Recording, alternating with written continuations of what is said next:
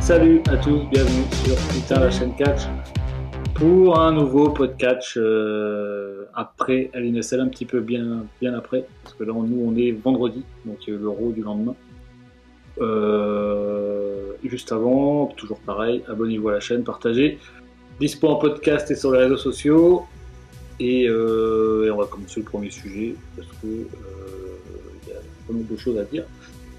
Donc sur LNSL déjà, et surtout c'est passé après à Raw, parce que le Raw était limite plus intéressant que LNSL. Après, pour reprendre le sondage des gens sur Facebook, Twitter, etc., les gens trouvaient le PPV LNSL plutôt bien. Pas excellent, mais bien. Et c'est même un constat qu'on pourrait faire, c'est que quand la carte n'est pas très alléchante de base, les PPV sont pas trop mauvais au final. Ouais, ça s'appelle le désespoir, ça. Ouais, non, un est-ce peu... que c'est parce qu'on s'attend à rien et puis au final, voilà quoi. Ouais, c'est ça. Peut-être aussi. Mais après, avec un opener et un main event de cette qualité, déjà, bon, tu sais très bien que les gens vont rester sur. Ils commencent sur une bonne note et ils finissent sur une bonne note, donc. C'est ce qui est le plus important. Je me rappelle même plus de l'opener. C'est quoi l'opener? Bah, Ah si, c'est le féminin. Ouais. Ah, c'est MJF contre on sait pas qui, on s'en donc, fout. donc, du coup, LNSL, bah justement, on va commencer, on va parler vite fait du Streetway féminin. Où Bianca Belair a gardé son titre contre Asuka et Becky Lynch. Et du coup, c'est bien pour Bianca Belair qui s'assoit comme une vraie championne. Par contre, Asuka, je pensais qu'elle allait partir en rivalité avec Asuka et finalement pas du tout, puisque c'est Rhea Ripley qui a déjà gagné sa chance pour affronter Money in the Bank. Donc, c'était pas vous. Si c'était votre choix premier, mais en tout cas. Non, pas vraiment. Alors, pour le match, il était vraiment bien, mais on a un peu tiqué sur le finish, un peu tous. Moi, j'ai bien aimé, mais c'est vrai que le finish était un peu. Bah, pas bizarre, mais. Capillotracté. Peu orthodoxe, je dirais. Voilà. Ouais. Que ce soit la championne face qui fasse tâter de la même sauce à Becky Lynch.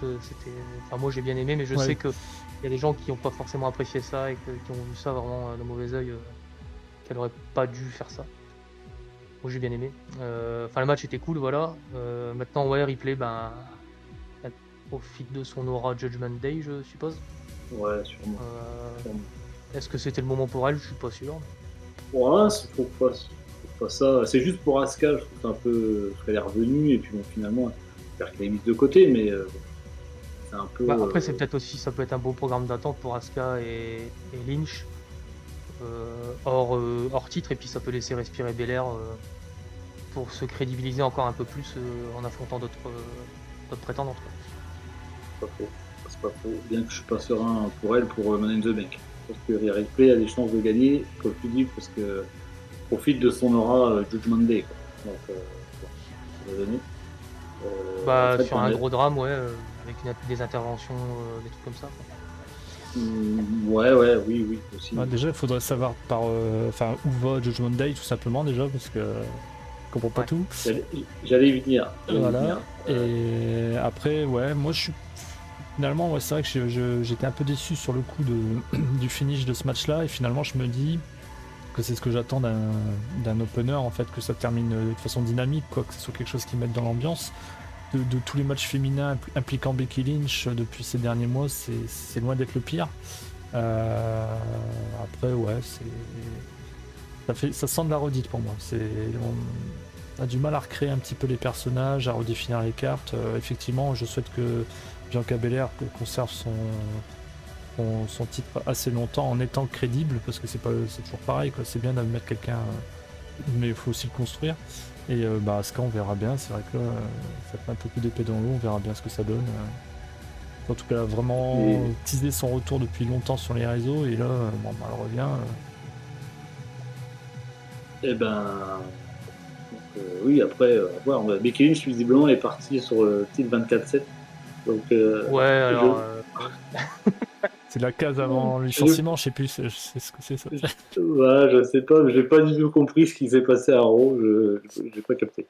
Visiblement, je sais pas, ça râle pas mal pour ça, justement. ça râle Bah, les fans, hein. Les fans de Becky D'accord. Lynch, qui forcément la voyaient championne, quand ils la voient aller sur un truc comme ça, un 24/7, là, ça grince, forcément, ça grince des dents, quoi. Moi, je pense qu'elle va remporter le titre dans pas longtemps. 24-7, et puis, alors c'est peut-être pour leur donner un peu de visibilité aussi, je sais pas. Je sais pas si vous avez Euh, vu, comme on en parle, Jeff Hardy qui a déclaré que c'était un peu, je sais plus ce qu'il a dit exactement, mais il disait que c'était une période vraiment difficile pour lui quand il était dans le 24/7. Ouais, que ah ça a bah été oui, senti bah. dégradé, bah c'est un peu logique. Ouais, voilà. Ça fait C'est vraiment. Franchement, tu voyais, il courait, t'avais tous les openers, et puis là, t'as Jeff Hardy qui passe, tu dis, Ça fait- il était le champion, il était plus. Ok. C'est Ouais, même, pas, même nous, c'est même pas le peloton d'attente, tu vois, c'est le fond de sac, quoi. Enfin, sans remettre en Ouais, question le c'est talent de clair. tout à chacun, mais quand tu vois comment sont dirigées les storylines, là, version sitcom, enfin, version un peu pantalonnade, quoi. Ça donne pas envie, surtout quand t'as une carrière avec un CV comme Jeff Hardy. Bah, ouais. T'as pas spécialement envie de terminer comme ça, quoi. Pour ceux qui voulaient un dernier run pour le WWE Championship qu'il n'a jamais eu.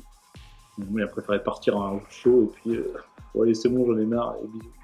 Donc, Ce qui peut après, s'entendre. est-ce que ça aurait été une bonne chose qu'il n'a pas l'air en très grande forme, même si c'est pas ce qu'on disait que voilà, la fois on disait oui, ouais, oui. c'est peut-être les abus, etc. Mais c'est peut-être tout simplement aussi qu'il est rompu le bonhomme, hein. Donc ça aurait été peut-être pas forcément une bonne chose, quoi. Bon bref, voilà, c'était une parenthèse. C'est vrai, c'est vrai. Et ben du coup, on peut enchaîner sur Judgment Day contre Edge Styles, Finn Balor et Liv Morgan, qui s'est passé à l'île de Celle, qui était pas mal comme match. Par contre, le lendemain à Raw, c'est vrai que moi, sur le coup, bon, c'est dommage pour Edge qu'il se fasse éjecter comme ça, parce qu'au final, il est à la tête du clan pendant très peu de temps. Mais moi, j'ai trouvé ça plutôt bien, parce que j'étais surpris, que je suis oh putain, mais qu'est-ce qui se passe, c'est pas. Ouais, je l'aurais vu en live, j'aurais popé, je pense. En tout cas, j'aurais été bouche bée, j'aurais Oui. fait ah ouais, quand même. Oui, ouais, c'est clair, Bah, ça arrive très vite. Ouais. Ouais. C'est ce qui s'est Donc passé quand après, je l'ai vu, moi. ouais. J'étais vraiment surpris.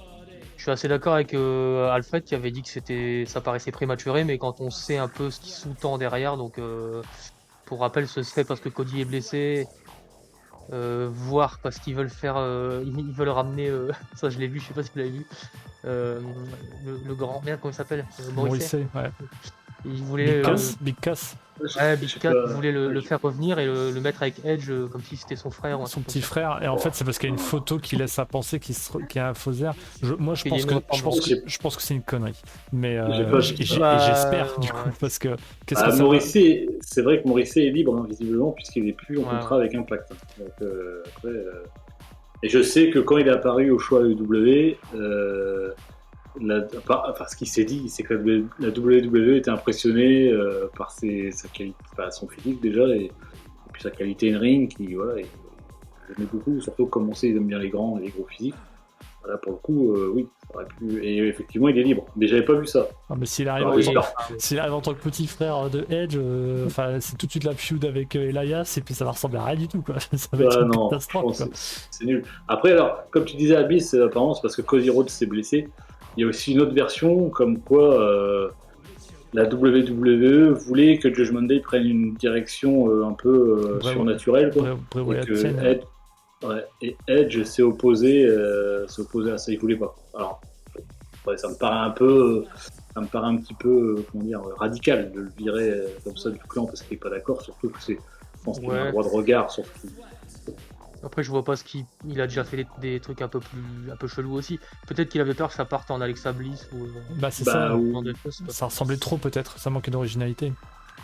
C'est ça, et puis bon, moi, après, vous allez me cracher dessus, mais moi, j'avais un peu peur que ça parte pas en copie, mais un peu similaire à l'Undertaker. Quand il a commencé avec cette gimmick-là et tout, sur le.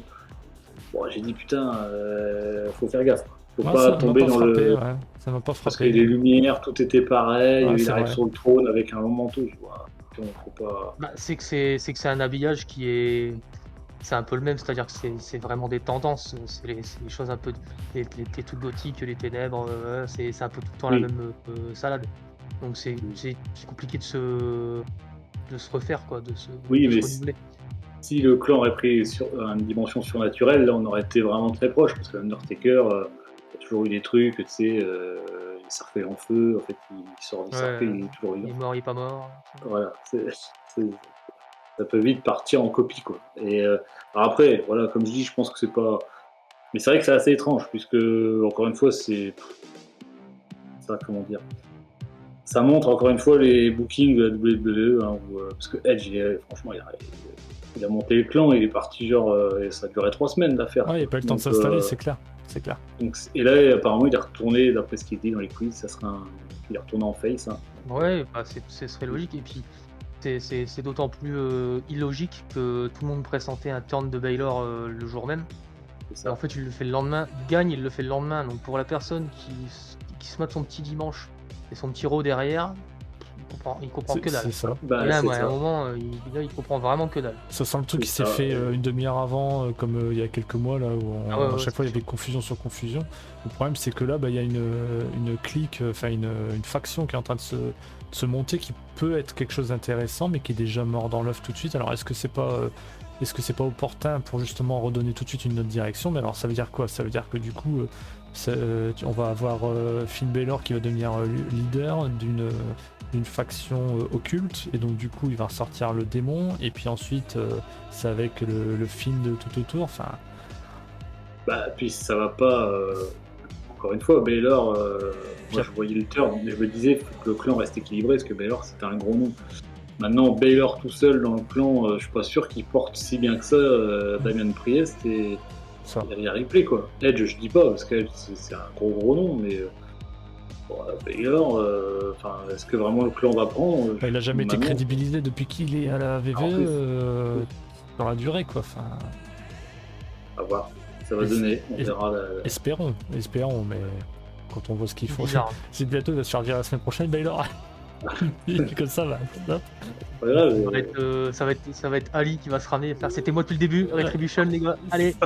C'est ça. On va pouvoir former Nexus et puis on est bien. Tu vas voir Baylor courir après le 24/7, après Becky Lynch. Tu vas voir Tozawa et tout, puis tu vas voir Baylor derrière. On sait jamais, tout peut arriver. Tout peut arriver à la WWE, sachant que le roster commence à être très restreint. Du côté AEW, il est très complet, mais là, il est très restreint en ce moment. D'ailleurs, j'ai vu, pareil, on va en parler vite fait, mais j'ai vu que Omos serait peut-être à NXT. Alors, je comprends pas si c'est le cas. Non, mais c'est pas sûr, attention, là, je prends des pincettes. Toujours est-il. On a vu Apollo Crews retourner là. On a vu Apollo Crews, ouais. Il n'est plus nigérian.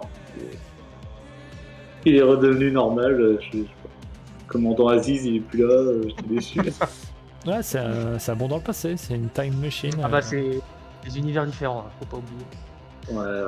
Ouais, c'est dommage. Alors du coup, voilà, bon, après Bobby Lashley a gagné contre MVP et Omos, bon, en particulier, je veux dire... Tant mieux pour Bobby. Voilà, tant mieux pour Lashley qui n'est pas décrédibilisé. Par contre, mettre MVP avec Omos et puis le faire perdre tout le temps, je vois pas l'intérêt. Je vous dis... Et oui, et puis avec Cédric Alexander qui gravite toujours autour d'MVP, enfin c'est vraiment chelou leur truc là, faut qu'ils arrêtent quoi. Bah ça n'a plus aucun sens, ouais. Ça ressemble plus à rien. Ouais. Bah oui, surtout qu'Omos l'a battu en 15 secondes. Et Shelton Benjamin, il a été viré ou pas, ou il est où? Non, il doit être là, il végète dans les... Il est là, il nettoie les vestiaires après chaque show, je sais pas ce qu'il fait. Non, il est en congé pour faire un enfant, comme Ronda Rousey à l'époque. Voilà, ça doit être ça, je sais pas. Ouais. Non, oui, effectivement, je me suis posé la même question que toi. C'est dommage, ça pourrait faire une équipe en plus. Cédric Alexander et Shelton Benjamin, une équipe de qualité, mais même seul, bordel, Benjamin, bordel, c'est clair, Shelton Benjamin en solo dans la danse, ça ferait du bien, quoi.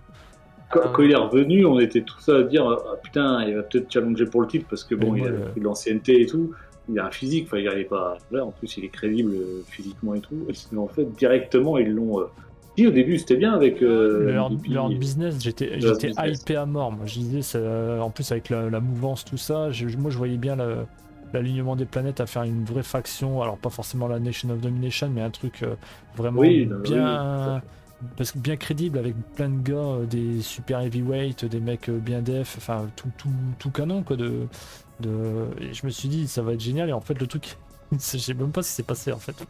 Ils sont là, ils sont plus là. Pareil que toi. Pas. Non, mais on parlait de Euh, Baylor. Shelton, tu lui ferais une petite feud contre Baylor en mid-card, je suis sûr que ça passerait quand même. Je crois que Baylor va reformer leur business la semaine prochaine. Je crois que c'est ça le truc. non, Avec mais, Elias. Euh, Pas Ezekiel, Elias. Elias. Donc voilà. Bon après voilà les matchs, il n'y avait pas des gros enjeux. On va pas parler de théorie Mustafa Ali puisque bon il n'y avait pas de suspense pour dire. Maintenant Mustafa Ali est retourné à main event. Voilà, merci, c'était gentil. Merci, On bonsoir. verra. Visiblement Bobby Lashley. Pardon Abis, je sais pas. Avec Tommaso Ciampa, ils font des bisous. C'est vrai. Et par contre, Bobby Lashley, visiblement, à Raw lundi, s'intéresse au titre US, ce qui peut être intéressant pour le coup. Parce que Lashley, c'est bien de lui donner quelque chose de correct, entre guillemets. Ouais, moi je le vois là. Je le vois pas plus haut, je le vois là, moi, Lashley. Je lui donnerai jamais le titre mondial, mais enfin comme ça a déjà été fait, mais moi je l'ai jamais trouvé cool en champion ultime. Mais US ça peut être sympa quoi, ça peut vraiment être. Puis l'avoir foutu sur une montée pendant je sais pas combien de mois et puis s'arrêter là, ça n'aurait pas plus de sens non plus. Donc c'est clair, autant lui donner un titre qui est quand même, enfin voilà, il est quand même crédible en tant que champion, c'est pas la question. Mais lui donner aussi, parce qu'il a l'air quand même de savoir s'adapter aux circonstances à chaque fois qu'il a été amené à des changements. Ça va se débrouiller quoi. Ce sera jamais mon catcheur préféré, mais vu des craintes, généralement il remplit bien le taf quoi. Ouais, puis ça doit pas être. Il doit pas trop casser les couilles dans les vestiaires et tout. Vu ce qu'on lui donne, ouais, c'est clair que là, les feuds avec Omos et tout, faut avoir un peu faut avoir le moral quoi, je pense. Parce que booker un match avec Omos, ça doit franchement pas être une partie de rigolade. Le moral, quand tu vois le nombre de zéros que tu as sur ton chèque à la fin du mois, tu l'as, hein, c'est pas le problème. Certains ont dit que c'était pas. Quelqu'un avait dit un jour que. Qui souhaite à tout le monde de devenir riche et célèbre pour constater que c'est pas la solution quoi. Hein Jeff? Puis il y en a qui qui espèrent quand même, malgré le pognon, je suis d'accord avec toi Abyss, mais malgré le pognon, quand même espèrent aussi des bonnes rivalités, des bonnes utilisations pour un mec comme Lashley. Et donc voilà, et après pour les autres matchs, rien de trop intéressant, même si Kevin Owens et Ezekiel étaient très bien. Maintenant, la rivalité, c'était bien, mais la rivalité, je suis pas. C'est marrant, quoi, mais c'est pas le truc qui va se faire l'année, quoi. Ouais, ça évolue vite, ouais. T'as dit l'inverse il y a une semaine, et qu'est-ce que tu racontes? Quoi? Non, mais arrête! La storyline avec Ezekiel, ça va, ça fonctionne, c'est bien. Et puis l'autre, là, une semaine après, bon, en fait. Mais non, mais je veux dire par là, c'est que. Non, c'est faux, j'ai pas dit ça. J'ai dit que Ezekiel et sa gimmick, je pensais que ça durait pas, et finalement, ça passe plutôt bien. Ça, c'est très bien.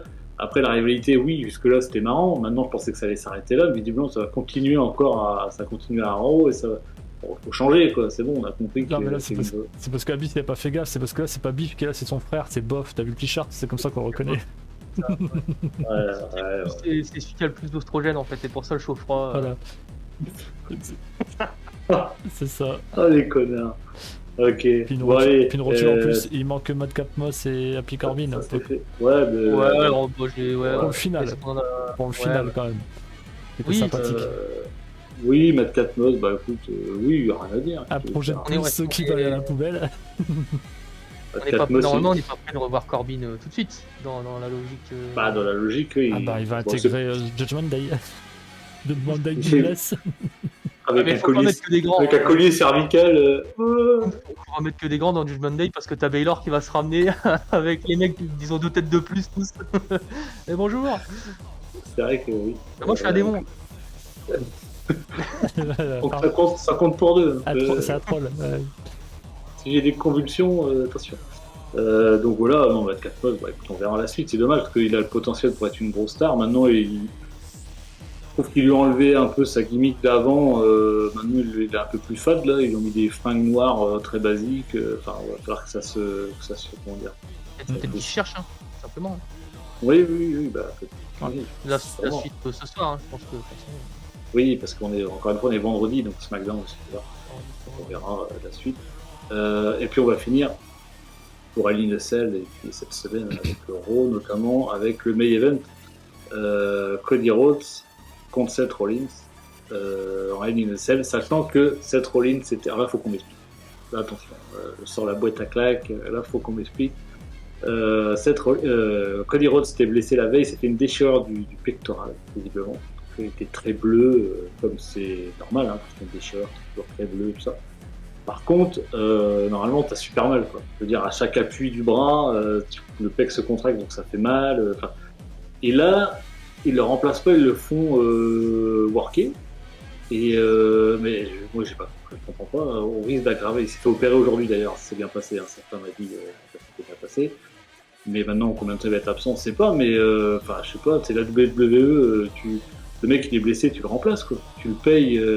C'est ce qui se passe avec la NBA, en fait. Les joueurs de NBA, quand ils sont un peu blessés en sélection, ils disent non, en équipe de France, par exemple, pour Tony Parker à l'époque, ils disent non, tu vas pas, non, on te paye, c'est pour que tu joues. Et là, ils ont pris le risque qu'ils se blessent, surtout que c'est une de leurs top stars. Quoi. Et puis, il y avait quelqu'un de pressenti déjà avant le show, il y avait eu des rumeurs comme que ça aurait été Drew McIntyre qui aurait pris le relais. Oui, ça aurait. Ce qui peut être intéressant, très intéressant. Moi je pense que c'est pour la hype qui a fait ça, pour qu'on en parle, et ça a fonctionné, parce qu'après il y a eu plein de petits trucs sur le net qui ont... Mais alors de là à worker sans que ça laisse particulièrement transparaître de douleur intense au niveau du... Parce que quand t'as mal, ça se voit à la tronche, quoi. C'est vrai que là on se dit... Au début, tu voyais que tu avais le bras un petit peu, on va dire, raide, quoi. Par contre, très vite, quand il commence à faire... Il passe à travers une table, et puis après ils y jouent, quoi. Il prend des coups de kendo... Et tu prends du Doliprane, codéine, je pense que ça a dû... Ouais, mais là, t'es pire que ça, là. Après, s'ils savaient qu'ils se faisaient opérer, parce que souvent, c'est des épanchements, donc en fait, ils ouvrent, et puis ils vident, quoi.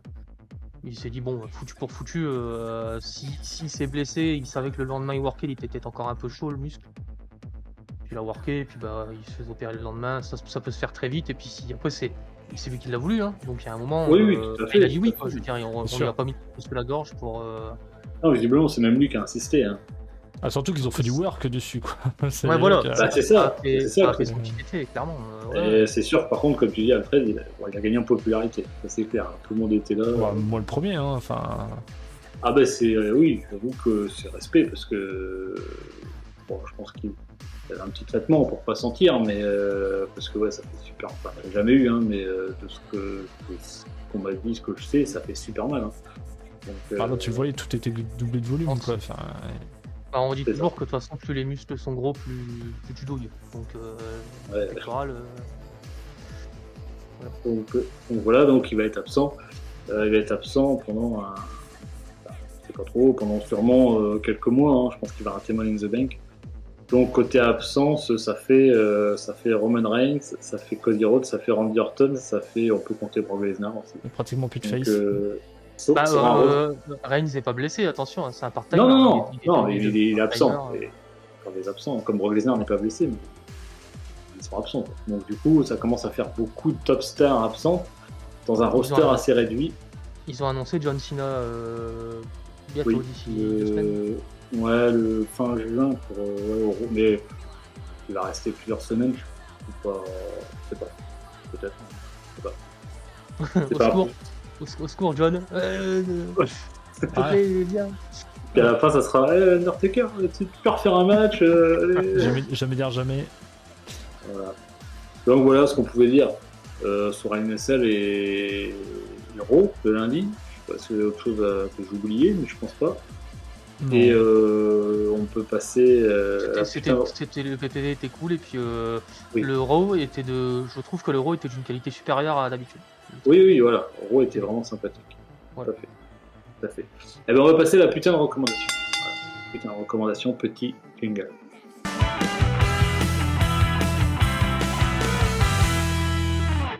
La putain de recommandation avec aujourd'hui Abyss. Abyss, il y a eu largement le temps de préparer tout ça. Et du coup, on t'écoute. Je vais faire ça rapidement parce que j'en ai pas une mais deux. Donc t'as vraiment eu le temps, quoi. On n'est pas, hein, c'est toujours pareil. C'est des trucs que j'ai vu, que j'ai revu il y a pas si longtemps et j'ai apprécié. Notamment le premier, je vous en avais parlé, donc c'est Unforgiven 99. Et le match, c'est Chris Jericho contre X-Pac. Alors, ça peut paraître, ça paye pas de mine, Mais regardez-le parce qu'on voit vraiment un Jericho qui est assez jeune, mais qui a déjà tout en fait, qui a déjà absolument tout, avec X-Pac qui suit à mort sur tous les spots. J'ai apprécié. En fait, je me disais toutes les 2-3 minutes, je me disais putain, ça c'est trop bien, ça c'est trop, ça cool. Ça c'est en fait, il y a pas un P de travers, tout va bien. Tous les placements, les trucs, tout ce qui est raconté, tous les spots, tout s'enchaîne. Et je trouve que Jericho il brille et on voyait déjà à l'époque que ça allait devenir, Un monstre. si ce n'est le meilleur, voilà, l'un des meilleurs au monde. Si Ça, je le c'est trouve, certain. si je le trouve, je mettrai le lien au cas où, mais c'est pas sûr. Donc c'est Unforgiven donc de l'année 90. 1999 et ça doit être le juste avant le main event. C'est peut-être pour un titre même. Si c'est Ok. peut-être c'est Ah, pour l'Intercontinental ou un truc comme ça. Donc, voilà. Ok. Donc, Et la ça, et deuxième, puis, du coup, le deuxième, c'est pour ceux qui se seraient mis tardivement à la AEW. Il y a un match que, en fait, j'en parle souvent, donc bah là c'est l'occasion d'en parler. C'était un match. Alors c'était un. Ouais. En fait, il a plus autant de temps que ça, en fait. C'est ça. Non, j'ai plus le nom. On remettra en post. Enfin, dans le truc, tu mettras le lien, je te l'enverrai. Oui. Mais en gros, je sais même pas s'il est dispo sur internet. Mais en gros, c'est une espèce de match hardcore, mais avec en mode gaming, en mode geek. Donc t'as les Best Friends, si je ne m'abuse, c'était avec le retour de Trent Beretta. Je sais pas s'il y a pas les Bucks. Oh, celui-là, je l'ai moins botté, mais en tout cas, j'en ai un souvenir très palpable. Pour ceux qui aiment bien la dimension comédie, mais qui aiment bien les beaux spots, en fait, là, il y a les deux. C'est-à-dire que ils font des spots avec des bornes d'arcade. T'as des petits clins d'œil. Ça me dit quelque chose. T'as des spots, au lieu que ce soit des punaises, c'est des Lego. Il y a des petites choses comme ça et j'en ai un souvenir, voilà, j'en ai un très bon souvenir. C'est un match c'est il y a bien 2 ans, je pense. Donc ça, c'est pour les gens. Carrément, parce que j'en ai aucune souvenance. Ouais. Je l'ai pas vu. Ça me parle vaguement, Voilà. mais. Donc si c'est, c'est pas un fun house ou quelque chose. Arcade Anarchy. Arcade Anarchy. C'était. Voilà, voilà, Ok, c'est ça. super. Voilà, c'est ça. Donc avec des spots vraiment cool. Et puis alors ça va. Par contre, ça s'adresse vraiment plutôt aux gens qui sont pas hermétiques au comedy wrestling. Ouais, ok. Bah, c'est bien parce que t'as un vrai match WWE et puis un match AEW, comedy wrestling un petit peu. Donc, sachant si que je pense qu'un jour je ferai une putain de reco vraiment spéciale comedy wrestling parce que moi je suis un grand fan de comedy wrestling. Carrément, franchement. Surtout de Ebe-san à l'époque, Kamen, Kikutaro et puis tout ce qu'il y a eu avec Matsuyama à la BJW si je dis pas de bêtises. Enfin, il y avait une petite fédé qui faisait plein de matchs pendant un moment et la Osaka Pro aussi. Moi c'est mon délire. Donc un jour je ferai une reco spéciale comedy wrestling. Pas de soucis.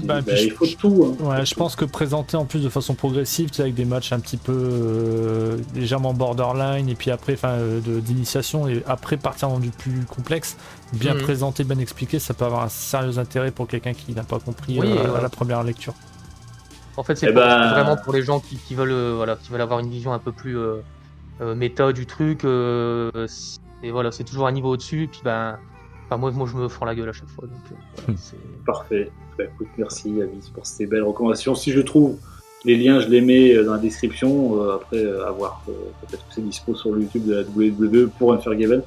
Pour le Arcade Anarchy, je suis pas sûr que je le trouve. Le network qui va arriver, leur network qui va arriver. Oui. La prochaine fois, je bosserai mieux, promis. Là, Ouais, ça va, c'est bien. J'ai mon assainissement qui commence demain. Tu vas pouvoir retourner aux toilettes, c'est énorme. Tu fais du comédie canalisation, c'est pas pareil. Il va revenir au prochain podcast. Il va être tout fondu. J'ai pas dormi depuis 15 jours. Parfait, super. Allez, on passe justement de parler de l'AEW, on passe au prochain sujet.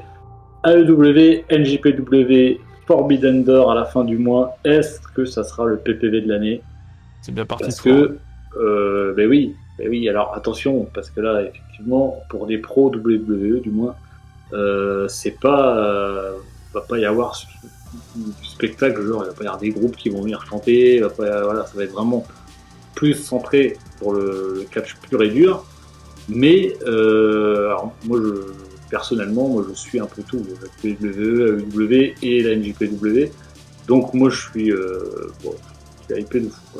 Je suis hypé de fou. Le dernier Dynamite de mercredi était, j'ai trouvé excellent, je le trouvais vraiment bien. Et je rajoute que si la AEW continue sur cette lancée, je pense qu'ils vont augmenter leur audience et que la WWE va perdre en audience. Franchement, je pense que la WWE est vraiment sur une mauvaise dynamique. Je pense que c'est pas la bonne stratégie qu'ils adoptent. Ouais. Bah non, mais après, on peut se poser la question puisque ça fonctionnait. Enfin, visiblement, voilà, ça fonctionnait. Mais je pense qu'on commence à voir des bris de ce qui fonctionne pas. Alors financièrement, ça fonctionne très bien puisqu'ils battent les records. Mais là, je pense qu'ils s'y continuent. J'espère que ça va s'inverser, mais ça va se rapprocher. J'en suis persuadé. D'autant plus que Money in the Bank devait être dans un stade plus grand. Et le stade qu'ils avaient prévu, les ventes se faisaient pas bien du tout. Du coup, ils ont basculé sur un truc plus petit. Ils ont même basculé sur la même arena que Double or Nothing, je crois. Et du coup, puis Roman Reigns ne sera pas là. Du coup, je pense qu'il y a toutes ces choses-là. Et franchement, ouais, ça peut être le PPV de l'année pour moi. Ça, c'est clair. Je vais tester un truc en live and direct. Normalement, ça va le faire. Paf. Voilà, si vous voyez. Ah, les audiences. Le petit graphique. Parce que Ah, je vais le mettre là juste sur le côté. Ouais, oui, parce que sur les réseaux sociaux, voilà, tous les mois, je mets l'évolution du graphique depuis le début de l'année. Je vais me couvrir là pour qu'on voit mieux. Là, effectivement, c'est pas flagrant. On voit que Dynamite est bien en dessous. Raw et SmackDown sont bien au-dessus. Bon, on peut observer une petite baisse depuis le début de l'année de Raw et SmackDown. Si on regarde le tout début d'année et l'actuel, on voit quand même que oui, que le VVE a mal et que la WWE tient bon. Donc effectivement, c'est super intéressant. Ce qui pourrait être génial, si tu pouvais retrouver les données, c'est de mettre le filigrane de l'année précédente, tu sais, en arrière pour voir où en était la WWE. Genre ça a été vraiment un cran en bas. Parce que et même la VVE, parce que entre tous les turnovers qu'il y a eu là, les départs annoncés des licenciements que la VVE veut faire, les blessés qui viennent d'arriver, la mauvaise gestion des names qui les décrédibilisent, des stars qui les décrédibilisent, alors que de l'autre côté, c'est l'inverse quoi, c'est du booking de Mabou, du recrutement dans tous les sens, des collaborations, effectivement comme tu dis, peut-être pas cette année, mais le point de rupture comme il y a pu avoir il y a 20 ans devient plus plausible qu'il y a 6 mois. J'y croyais plus trop il y a quelques mois, et en fait je pense que effectivement ça avait ROH tout ça, si AEW tient la distance, on peut s'attendre à des grandes surprises. Et puis moi je trouve qu'il y a par rapport au début d'année une meilleure régularité du côté de la WWE, c'est-à-dire que le roster on sent maintenant est quand même un peu plus dessiné, malgré qu'il y ait beaucoup de lutteurs, mais comme pour les Dynamite, et quand même beaucoup plus, on voit, voilà, c'est la qualité est arrivée, il y a beaucoup de lutteurs qui sont arrivés, et ça tourne plutôt bien. Pour l'instant, je trouve qu'il le gère très bien, et ce PPV en partenariat avec la NJPW peut être quelque chose d'énorme. Pour moi, ça peut être vraiment énorme, sachant qu'on a vu Will Ospreay, j'étais sur le cul, on a vu Will Ospreay mercredi, et il aura un match ce soir à Rampage contre FTR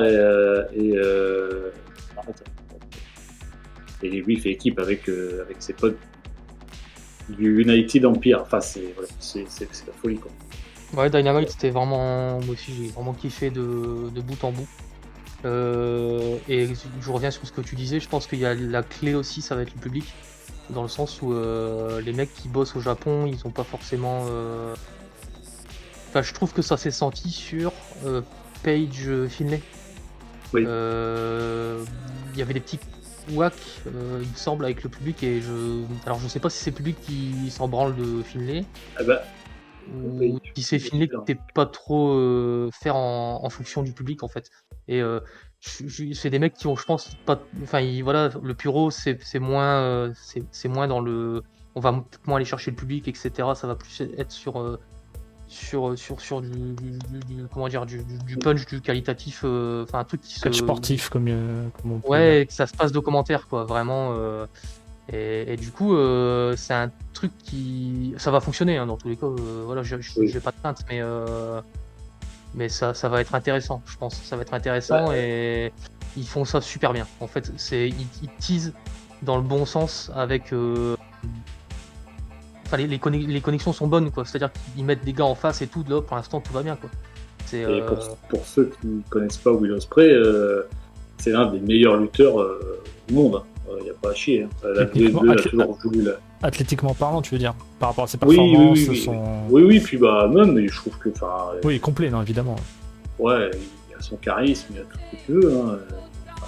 Je l'avais pas vu depuis un moment, parce que je suis pas trop fan... Enfin, c'est pas que je suis pas fan, c'est que je prends pas le temps de regarder. Je l'avais pas vu depuis un moment, et je trouve qu'il a pris... il aurait pas pris un peu de masse. Ah si, il est plus massif quand même. Bah, c'est comme même tout au niveau le monde, de la gueule, il fait moins chétif, quoi. Ouais, c'est tu vois bien que quand les mecs ils vieillissent, c'est comme Shelton Benjamin, quand il est revenu, ils font plus massif. C'est clair. J'ai revu une photo il y a pas longtemps de Carlito, c'est un de la WWE. En fait, le mec, avant, il était plutôt cruiserweight, et là, tu le revois sur les photos, comme il a vieilli, c'est un monstre. Ouais. J'ai vu la même, je pense. Ils ont des épaules, des trucs. C'est des trucs déments, quoi. Et ouais, Ospreay, ouais, je pense, oui, il a pris, je pense qu'il a pris un peu de masse. Et pour avoir vu ses matchs récemment, parce que j'ai préparé le top 5 qui sortira lundi, le top 5 du mois de mai, il y a encore un match de lui dedans, il n'a pas perdu de souplesse ou quoi que ce soit. Donc, de toute façon, on va le voir à Rampage ce soir. On va voir ce que ça va donner, ça va teaser. Concernant, c'est ce qu'on disait, ça je suis d'accord avec toi, ce que tu disais, c'est Page, je suis assez content qu'on le refoute sur un titre tout de suite. Enfin, dans un run voilà, dans un...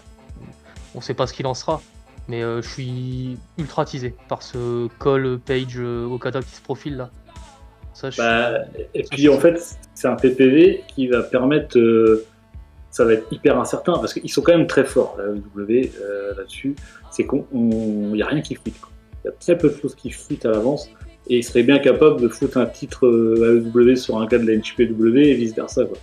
Et du coup, si tu vois Page, par exemple, champion de la NJPW, moi, je vais rester sur le cul, quoi. Et ouais, franchement, ça peut être vraiment bien. Je pense qu'on n'a pas fini, parce que quand le Bullet Club va débarquer et tout ça, ça va être un truc de ouf, quoi. Le truc qui est intéressant là avec la WWE, c'est que je crois que c'était Roman Reigns qui avait dit ça à un moment donné, que les deux fédérations n'étaient pas dans la même cour, puisqu'il y en avait un qui faisait du catch et que l'autre faisait de l'entertainment.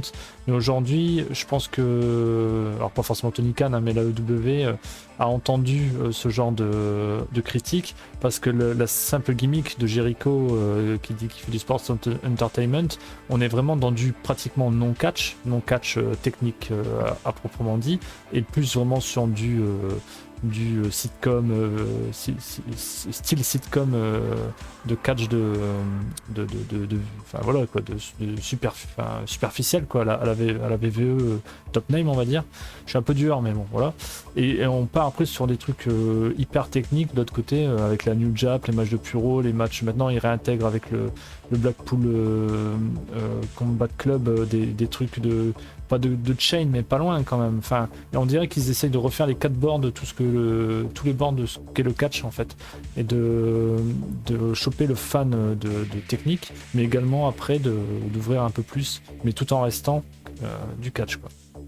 Et puis pour ceux qui connaissent pas la NJPW, qui regardent un petit peu la EW, ça va être l'occasion de voir des gens qui ne connaissent pas, mais je pense que certains vont dire oh putain, ça se passe bien là-bas, quoi. Je pense qu'on va avoir de la qualité, et moi je vous le dis, il y a Shingo Takagi qui arrive à Dynamite, moi je sens du canapé. C'est ça le truc, c'est que déjà que le roster AEW il est costaud, il y a déjà plein de combinaisons possibles, mais si en plus de ça tu rajoutes le catalogue, le roster New Jap, ça fait des combinaisons complètement ahurissantes, quoi. C'est clair, sachant qu'aussi Dynamite, on peut en parler parce que ça sera dans Forbidden Door.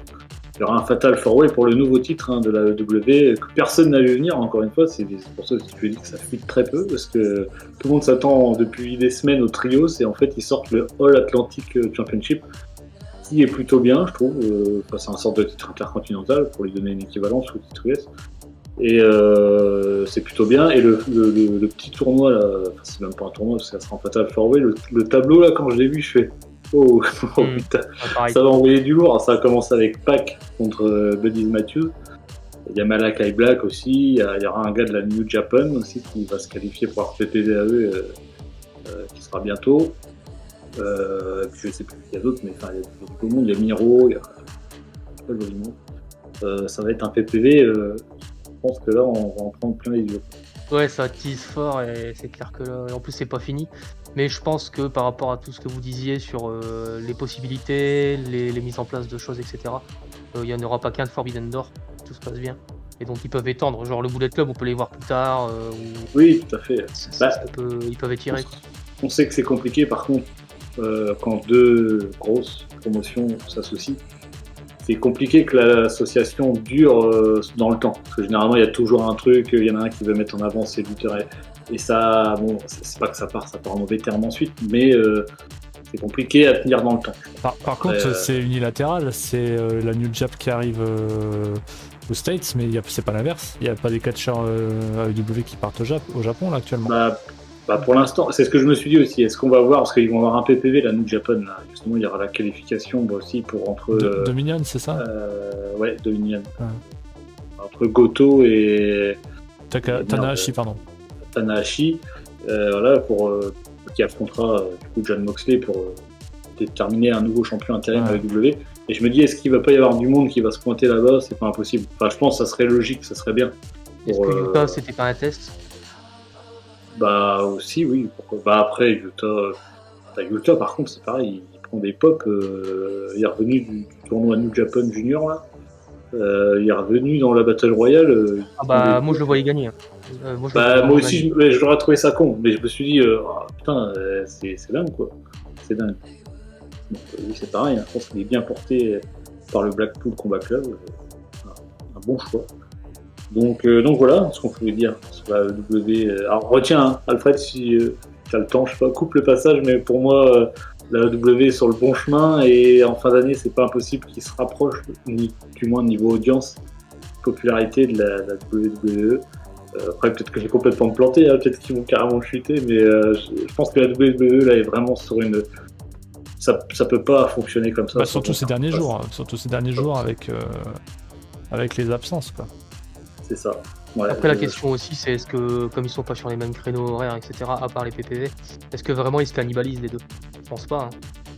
Est-ce que si ça monte d'un côté, ça va forcément descendre de l'autre? Il n'y a pas une war à proprement dit, mais par contre, c'est pas du tout la même type d'affluence, mais c'est possible qu'après sur une semaine glissante, et c'est pas forcément une mauvaise chose ni une bonne chose qu'ils soient pas en même temps parce que ça décuple le nombre d'heures de visibilité. Nous déjà on est impacté, on a du mal à regarder tous les weekly.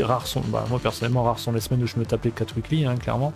Et mon choix tourne très très vite vers AEW et j'imagine que c'est une tendance qui pourrait se faire s'il n'y a plus de grosses stars à la VVE parce que l'américain lambda qui a envie de voir ses stars et qui voit d'un coup t'as toute la headline qui disparaît et après t'as le fond de sac qui est là, qui a jamais été mis en valeur, de talent, hein, des gens qui sont talentueux mais qui n'ont jamais été présentés. Pour un fan de catch lambda, je pense qu'il va plus se tourner vers la AEW, voir ses ex-VVE avec des gimmicks qui tiennent la route, quoi. Eh ben, moi, j'ai un peu de ton avis. J'espère aussi. Et, justement, tu parlais de... Enfin, moi, à titre personnel, je suis pas pro WWE, rien du tout. Je regarde ce qui me plaît. Et en tout cas, ça fait très très très longtemps que à chaque fois, je suis pas hypé par un weekly toutes les semaines. Enfin, la WWE, ça fait très longtemps que, je me renseigne, je regarde tout ce qui se passe à Raw et SmackDown vaguement, mais j'ai jamais été, je l'attendais jamais l'autre semaine avec impatience. Il y a de temps en temps une rivalité qui m'a hypé, mais sans plus. Alors que la WWE, chaque semaine, je suis carrément content de revoir j'attends la suite et ça fait depuis mon adolescence, j'ai pas connu ça et c'est clair. Ouais. C'est fort agréable. On a plus envie de se faire spoiler, quoi. C'est-à-dire qu'on n'hésite pas à cutter les réseaux sociaux la journée où on sait qu'on va voir. C'est clair. Et ça, c'est pas arrivé depuis un moment, effectivement. Moi, depuis mon adolescence. On regardait les résultats le lendemain et terminer bonsoir, quoi. C'est ça. Tandis que là, il y a un intérêt, il y a un enjeu. Moi, je vais me dire que la PG era et celle qui a suivi m'ont pratiquement dégoûté du catch à l'époque. Hein. Enfin, pareil, hein, du tout, quoi. J'ai une coupure, aussi. Et c'est seulement maintenant que ça revient et c'est clairement le momentum AEW et puis aussi la rigueur qu'on se donne dans nos échanges on-air et off-air, mais c'est clair que c'est pas la VVE qui fait tenir le truc, quoi, elle toute seule. Et bah écoutez, vous aussi, dites-nous dans les commentaires. Comme d'hab, ce que vous en pensez, si vous, ça vous hype pas du tout. Et justement, Alfred, tu parlais il n'y a pas très longtemps, il y a quelques secondes, quelques minutes, que la WWE perdait toutes ses stars. Ben, on enchaîne avec le dernier sujet. Alors, ça part sur Riddle, mais c'est un peu plus global, Mais est-ce que Riddle n'est pas mis de côté, puisque le plan original était qu'il affronte Roman Reigns à Money in the Bank, et finalement, Roman Reigns ne sera pas à Money in the Bank. La WWE, du moins, je ne sais pas qui, a décidé qu'il serait absent, donc du coup, Riddle va encore se retrouver dans je sais pas quoi. Et ce qui est dommage, puisqu'on rappelle que Riddle devait gagner dans le plan initial aussi, le Royal Rumble. Ça, c'est pas fait. Et c'est dommage parce que justement, ça aurait pu être l'occasion de créer une vraie star, quoi, pour le coup, parce que Randy Orton l'a très bien porté. Et, il fait équipe avec Nakamura, il est bien. Non, non mais voilà, non, mais tu vois ce que je veux dire, c'est qu'on l'a mis là, Nakamura, Rick Boops et Rick Boops. Du coup, il est blessé, donc du coup on l'a mis là, voilà. Mais je trouve qu'avec Randy Orton, il avait très bien porté en équipe et tout, il a pris un super push. Ça aurait été l'occasion de conclure en le passant, on va dire, main eventer. Et au final, en fait, c'est un peu les mêmes questions qu'on se pose à chaque fois, j'ai l'impression. On s'était posé la même pour Cesaro, on s'était posé la même... C'est vrai. Cesaro. Et là, justement, je viens de regarder, là. Vous savez jusque quand il court son contrat à la WWE Riddle Non. Riddle Demain fin 2023. Ouais, donc ils ont bien le temps de lui pourrir son bout de carrière aussi, quoi. Enfin...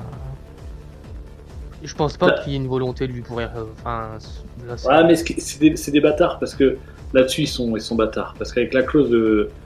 Quand ils savent que le mec en question veut pas rester, les derniers mois de contrat, les limites la dernière année, on le relègue, on le voit plus. Comme ça, après quand il part, on a eu le temps un peu de l'oublier et il a perdu son aura, son push, quoi. Là-dessus, ils sont un peu. Qu'est-ce que je fais ce soir 24/7 en robe? Ouais, très bien. J'imite, c'est ça, c'est exactement ça. Et moi, je trouve ça dommage de la part de la WWE qui, en plus, manque cruellement de. Tu vois, là, je vois une photo qui vient de passer avec Sheamus. Sheamus qui était pareil, il était parti pour le pusher en main eventer. Et là, il reste quand même assez haut, il reste passé assez haut, mais il n'y a jamais eu. On l'a jamais revu pour le titre principal, quoi. Non. Il y a plein de mecs comme ça, et du coup là maintenant ils se retrouvent avec des absents qu'ils ont pushé comme des malades, et du coup on fait quoi toutes les semaines on a un New Day contre Street Profit, les Usos contre... c'est bon, quoi. Après il leur suffit juste de sortir tous ces stars là de sous le chapeau là, consécutivement semaine après semaine, et puis on n'en parle plus, quoi. Enfin, ça pourrait faire du bien aussi, quoi. Mais qu'est-ce qu'ils attendent, les mecs? C'est ça que je comprends pas. Je sais pas ce qui. Après, il faut pareil. Tu vois, j'ai vu Dolph Ziggler qui était de retour là avec. Maintenant, on va voir ce qu'ils vont en faire, quoi. Parce que c'est pareil. En fait, les plans changent tellement vite. Au début, tu vas te dire, tu vas avoir une semaine, tu vas avoir un truc. La semaine suivante, il y a plus. Tu sais plus pourquoi. Enfin, tu sais pas pourquoi. Et est-ce que unifier les titres, c'est peut-être pas leur plus grosse erreur au final. Alors ça fait à WrestleMania, tout le monde était hypé, le plus grand match de tous les temps et qui va bien. Et au final, est-ce que c'était pas leur plus grosse erreur? Parce que là, il n'y a plus de titres principaux, comme Roman Reigns n'est plus là, et qui sera à mi-temps jusqu'à WrestleMania 39. Est-ce que c'est pas leur plus grosse erreur? C'est ce qui leur parvenait de toute façon, ça, c'est clair. Ils ont pas, reconstruire une star là, comme ils ont fait au forceps avec Roman Reigns pendant combien 8 ans là. C'était quoi le truc que tu avais montré là de je sais plus, de l'interview depuis 2000, je sais plus. Ouais, démentiel, quoi. C'est la folie. Faut pas oublier que les titres, surtout les titres principaux, c'est l'enjeu en fait. Et quand t'enlèves l'enjeu, après, c'est possible, mais est-ce que les titres US et intercontinental sont pas du tout mis en avant, quoi? Surtout. D'ailleurs, je vous le dis, on est vendredi, SmackDown s'est pas passé. Gunther est nouveau champion intercontinental. Je vous le dis. J'ai une vision, Ricochet, aucun respect. Alors là, on a donné le titre à Ricochet, il l'a défendu. Je sais même pas s'il l'a défendu une fois. Contre les Lotarios. Ouais, voilà. Ah ouais, voilà. Il va le perdre ce soir. Je le dis, il perd ce soir. Et puis après, ben, il va retourner à May Event et puis ça sera bien. Mais en fait, c'est ça le Ouais. pire. Tu disais, enfin, on disait qu'on avait moi personnellement, on avait du mal à aller regarder les weekly VVE. Mais en fait, le pire, c'est que je continue quand même à m'intéresser à l'actualité, mais je la retiens pas. C'est-à-dire que là, je me souvenais même plus les Lotarios avec Ricochet, en fait. Et c'est là que t'en reparles que ça me revient, mais sinon, ça m'était complètement. Ah bah, moi aussi. Ça Ben fait non, non, bah, ça fait quoi. combien de temps? Ça fait au moins 6 semaines que c'est pas. Sur Intercontinental, j'ai vu un truc l'autre coup, il n'avait pas été défendu dans un pay-per-view depuis. Ah, ça fait longtemps. Franchement, ça fait longtemps. Ouais, c'est pas étonnant. Mais par Donc, contre, si Ricochet perd, effectivement, si t'as raison et que Gunther gagne, il va, à mon avis, il va faire 3 saltos. Encore une fois, ça va être Ricochet l'anneau de la farce. Il va se taper des knife chops dans tous les sens. Et puis, non mais, bah, mon gars, un, ça deux, va trois, et puis finir. allez. Ça va finir qu'il va faire un salto, il va se prendre une timide bâtard par Gunther et puis ça va se terminer comme Ouais, ça. Mais les knives, là, c'est tellement clairement. lisible, en fait. Et si ça fait vraiment ça, j'espère me tromper. Hein. Enfin, oui, j'espère me tromper parce que j'aime bien Ricochet, mais on le voit pas. Qu'il soit Sur, champion, on le voit pas. Mais moi, je vois Gunther, il est pushé depuis plusieurs C'est ça. semaines. On sait qu'il a été aux États-Unis, que c'était compliqué de le faire venir aux États-Unis. Donc bon, il vient pas pour aller à May Event, quoi. Enfin, je pense qu'ils veulent, s'ils l'ont fait venir, c'est qu'ils veulent le pusher. Donc voilà, moi ce que je pouvais dire là-dessus. Je sais pas si j'ai d'autres choses à rajouter par rapport. Bah, que c'est dommage. C'est dommage, quoi. C'est- Il n'y a pas leur star, alors ouais. Est-ce qu'on a envie de voir la suite? Est-ce que. Bah, tu verras Drew McIntyre en Big E pour remplacer Biggie. Ça, c'était génial. Qu'est-ce qu'il y a, lui? C'était bien, ça. Ça te donne envie de regarder la semaine suivante. C'est hallucinant. C'est hallucinant. Non, bah, Ça, je l'ai pas maté. Je mate pas tout, j'ai pas maté.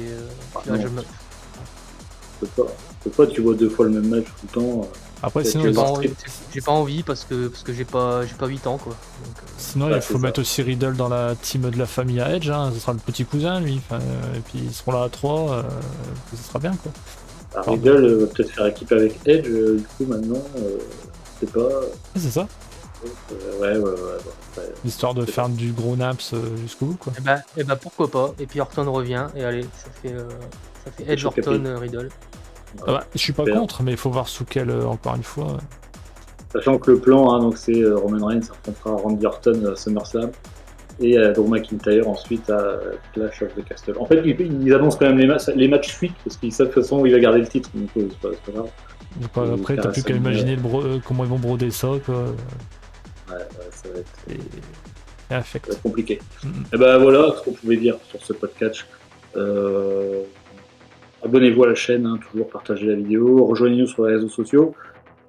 On se retrouve très vite. Le top 5 qui sort lundi, top 5 du mois de mai, les meilleurs matchs, pas que de la WWE, si vous voulez voir autre chose. Il y a de la NJPW, il y a du Impact Wrestling.